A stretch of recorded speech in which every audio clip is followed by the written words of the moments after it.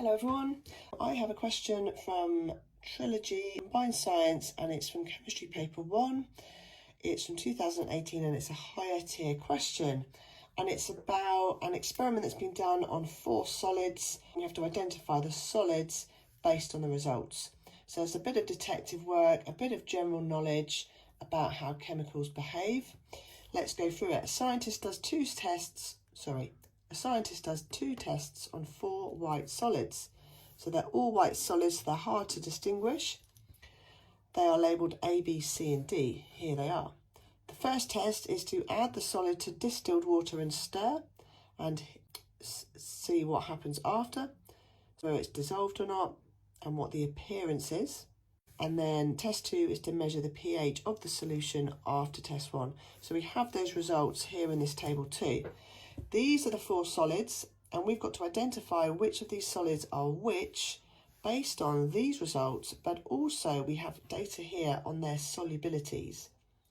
So how soluble they are in 100 cubic centimetres of water, in other words, how much dissolves. So how well they dissolve. So you can see the magnesium oxide and silicon dioxide don't dissolve. Magnesium oxide barely dissolves. And then phosphorus oxide and sodium oxide, they do dissolve.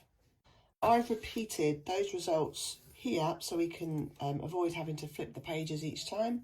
We have to identify those 4 solids and we have to explain our answers. So the first thing that we can comment on, which is possibly the most obvious thing, is that silicon dioxide has 0 solubility, so none of it dissolved. And distilled water has a pH of 7. So if nothing has dissolved, that pH would remain the same. It would stay at pH 7. And also it tells us that the solid has remained.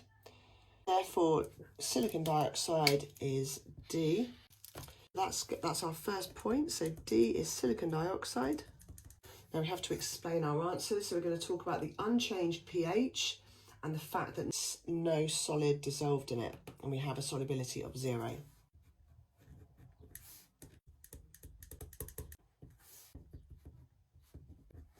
D is silicon dioxide, the pH is unchanged from water as no solid can dissolve in it, and silicon dioxide has a solubility of 0.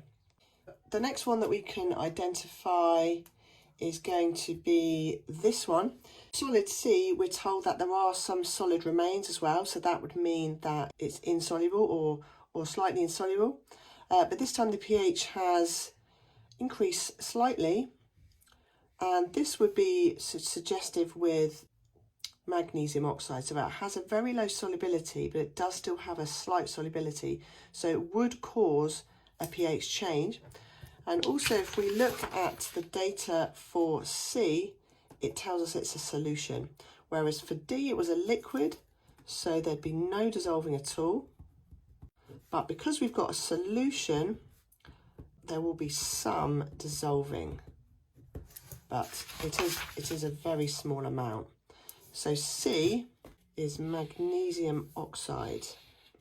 So this is because it has a low solubility and there are still solid remains. And also because of the fact that we have a solution.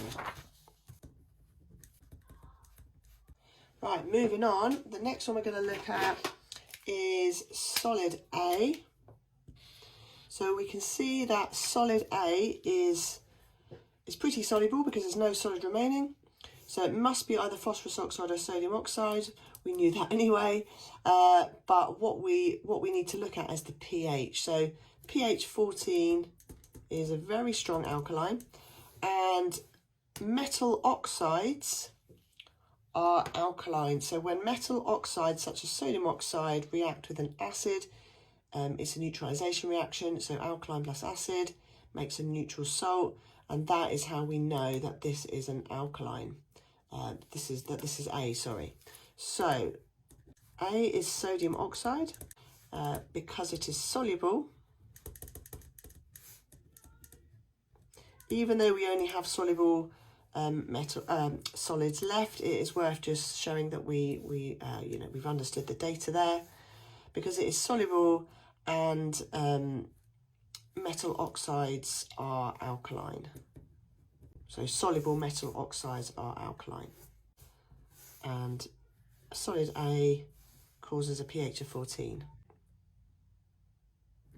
So finally, what we have left is solid B, and solid B has a pH of 3, so it's formed an acidic solution when it's dissolved in the water. Oh, I didn't, let me just update this.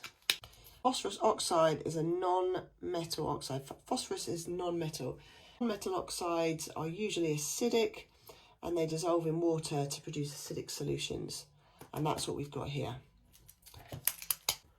So B is phosphorus oxide because it dissolves in water to form an acidic solution. And non-metal oxides are generally acidic. All right, I hope that helps.